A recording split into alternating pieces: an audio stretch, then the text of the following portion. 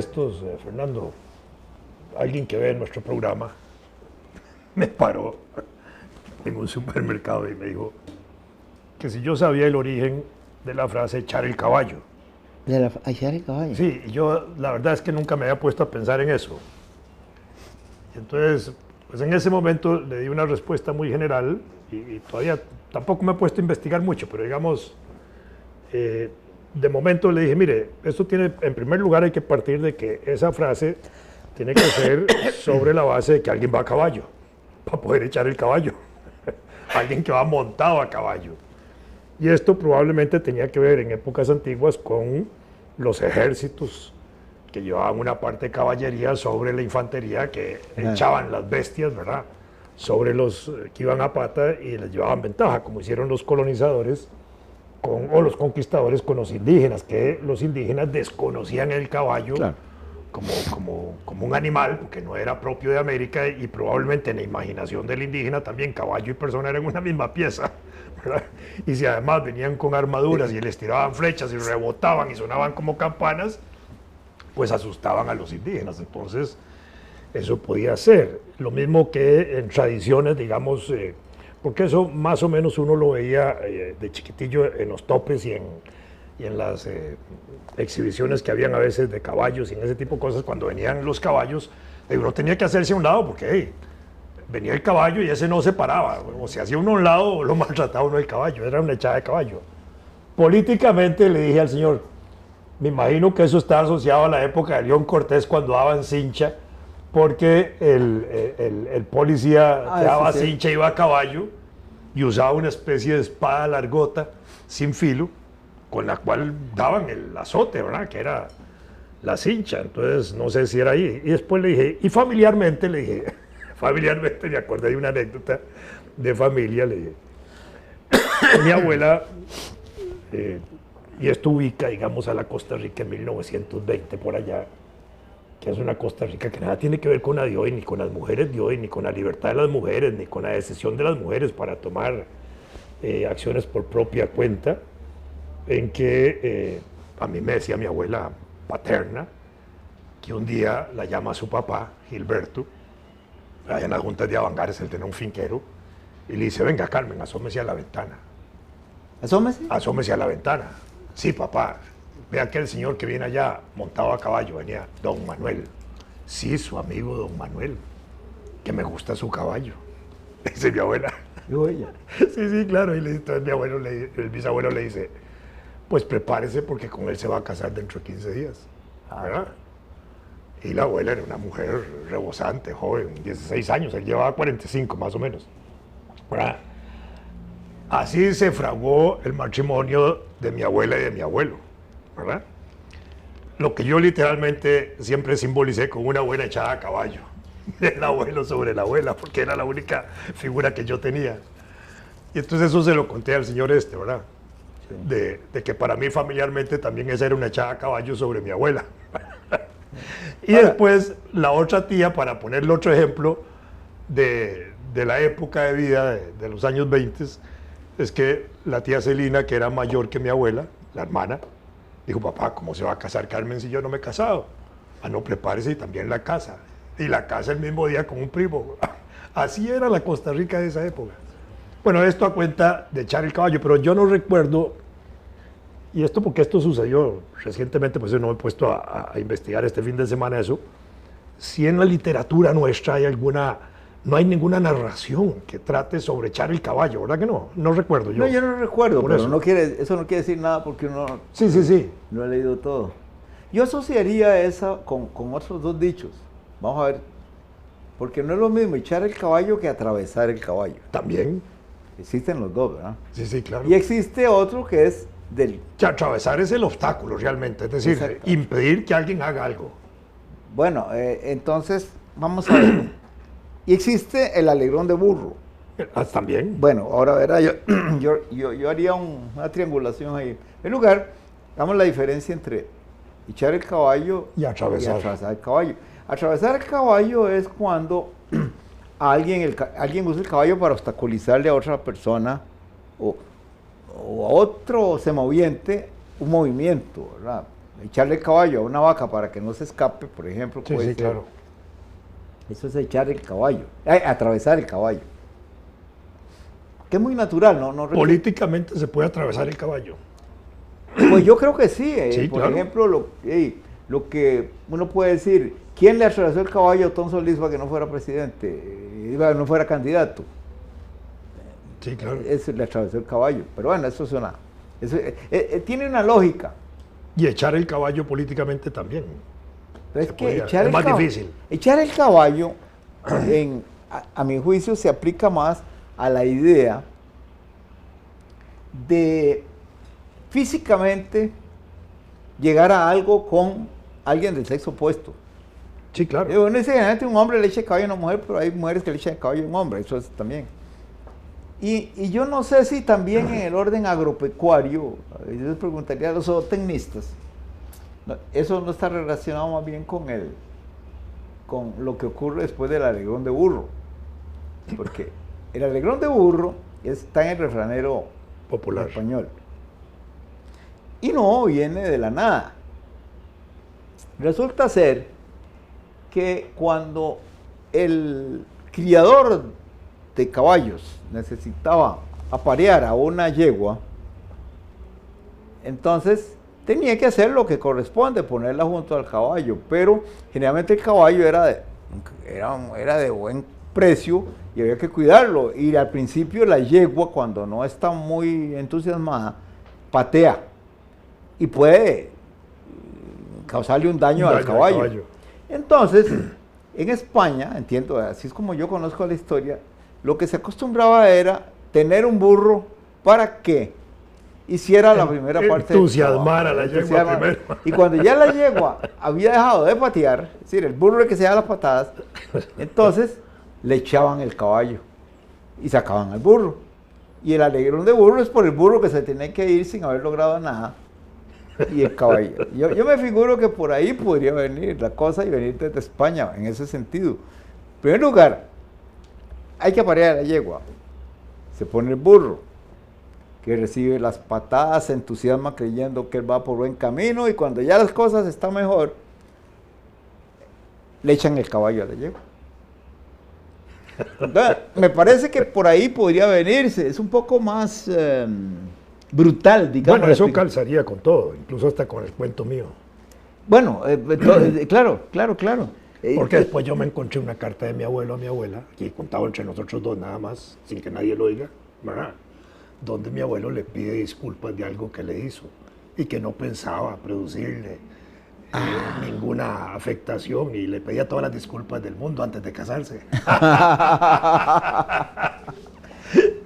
Claro, Entonces, bueno, sí. tal vez es muy alambicado lo que yo propongo, pero es que inmediatamente me vino a la mente lo de el alegrón de burro, porque eso sí es cierto que es así. En fin, que fue así, porque ahora deben tener otros métodos, ¿no? Pero a mí me hace gracia, digamos, que gente que oye el programa y lo ve, nos haga preguntas de este tipo, porque de pronto, ¿qué provoca, digamos, que nosotros generemos ese tipo de inquietudes? Y a veces no Porque hablamos es que, nada claro, de esto. oyéndonos hablar, pensarán, esos vagos sí tienen tiempo para averiguar eso.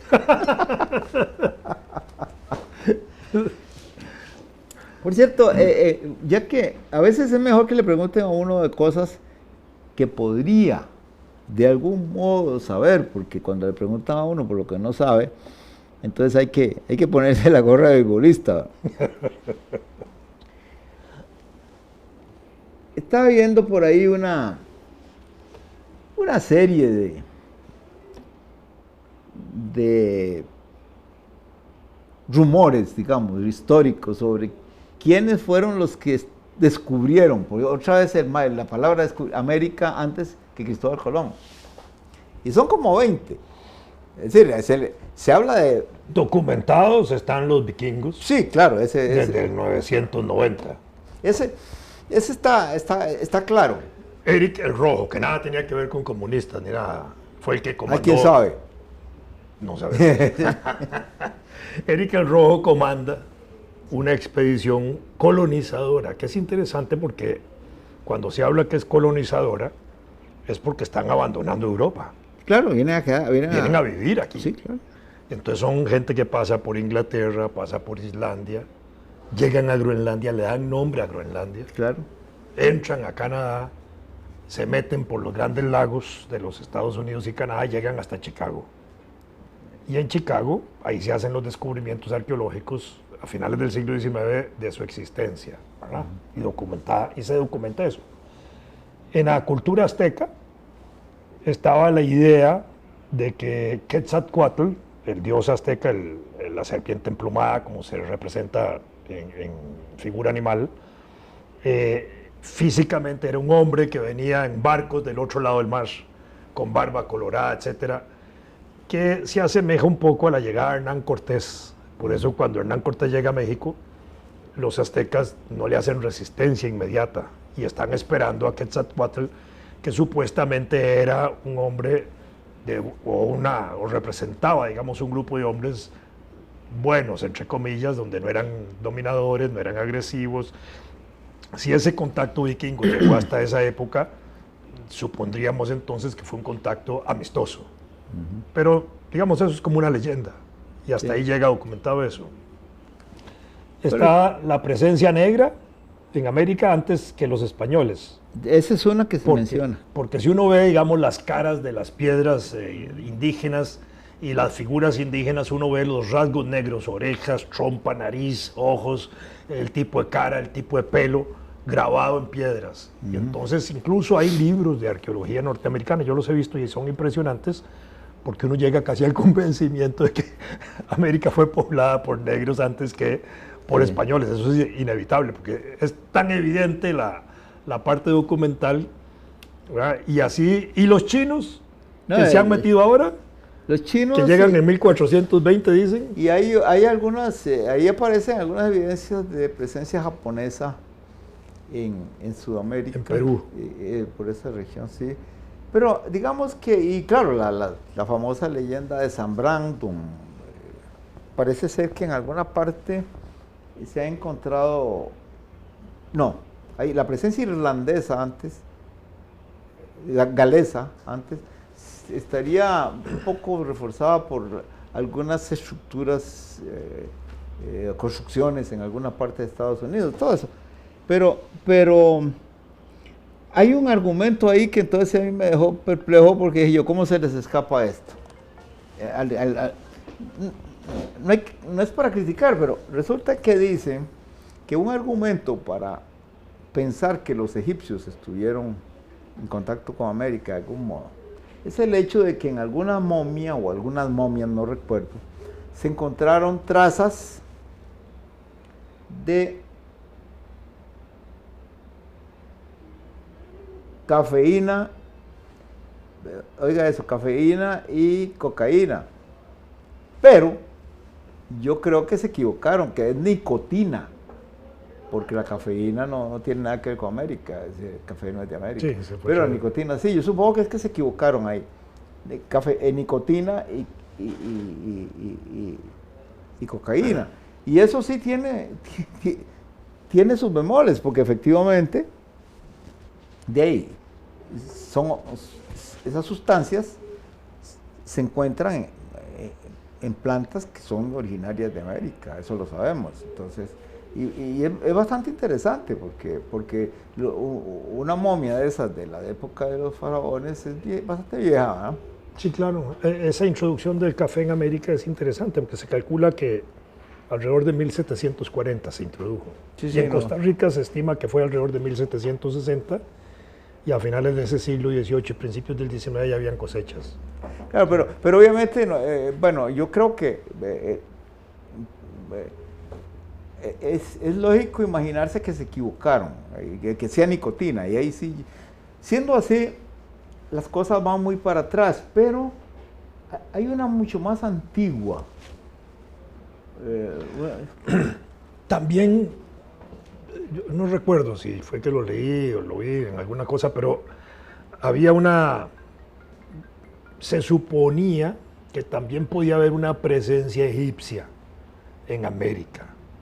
Bueno, eso justamente. Por el desarrollo de pirámides en Egipto y el desarrollo Exacto. de pirámides en América septentrional, en México hasta Claro. acá. No, justamente, porque en realidad si uno dice, se da por un hecho que había comercio entre Escandinavia y Egipto en una época muy lejana, porque encontraron en un entierro de una reina danesa, bien antiguo, una piedrita de una clase y hermana totalmente de unas que aparecían en una momia egipcia. Entonces, ese tipo de cosas muy interesantes. Pero este caso de la... Perdón, pero además el Atlántico se podría cruzar por la famosa corriente del Golfo. Claro, pero ¿en cuál dirección? Ah, sí, esto es cierto. Que, es decir, perfectamente se puede salir del Atlántico y cruzar hasta entrando por el Golfo de México y darle toda la vuelta y devolverse hacia el norte, hacia el Mar del Norte, hacia Rusia, como es la vuelta que hace esa corriente, en la cual hay una velocidad, de manera que la misma corriente puede llevar objetos, barcos, lo que sea, a cierta velocidad y perfectamente es Pero posible finalmente hacerlo. la reflexión del borrachito de la esquina es esta.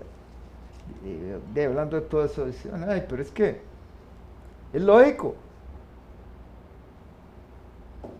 Todo el mundo tiene que haber chocado con una isla tan grande como el continente americano.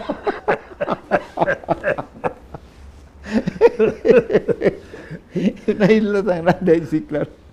Y debe haber otras, digamos, interpretaciones de grupos que pudieron haber llegado antes, obviamente que sí.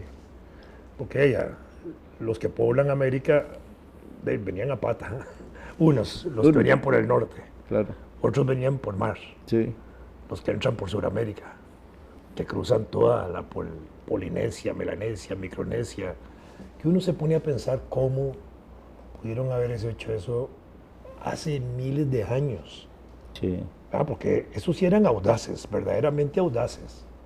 Y llegar ahí hasta la isla de Pascua y aprovechar lo que después se llama corriente Humboldt, porque Humboldt estudia la corriente esa marítima que llega de Pascua hasta el norte de Perú y Chile y esa zona, y que permite entonces tener elementos arquitectónicos y arqueológicos iguales.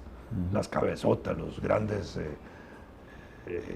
monumentos líticos que hay en Pascua y en esa zona de Perú y Alto Perú y Bolivia y esa parte, no Bolivia, en Chile. Lo que me parece más interesante de todo es que en todos los casos, incluso algunos muy, como dirían, realmente raros, hay uno que alude a las costumbres y de los cheroquíes, ¿sí?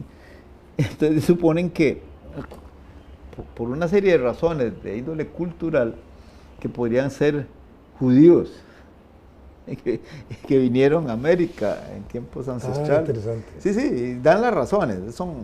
Claro, y ahí los elementos son más intelectuales,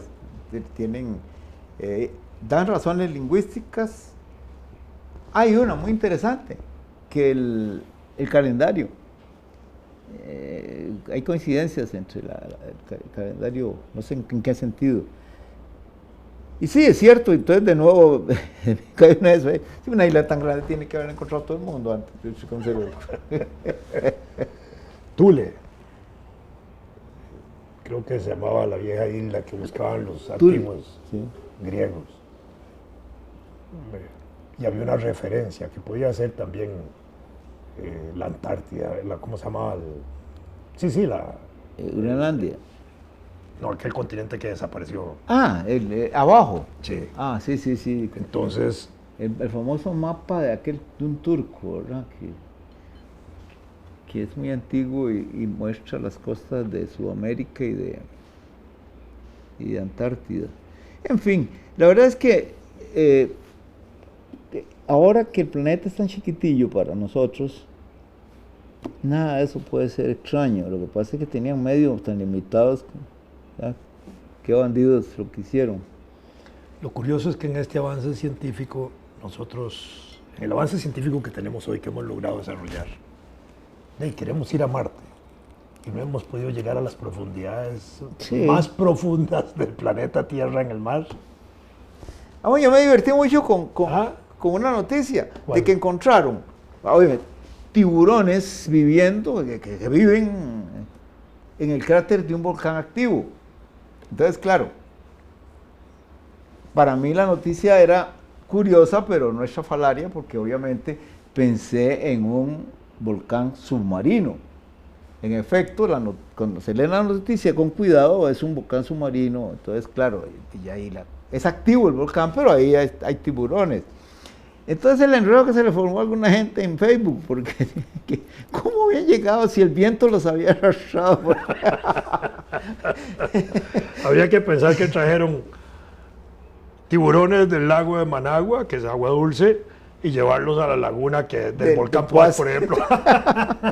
Bueno, dicen que hay que aterrizar.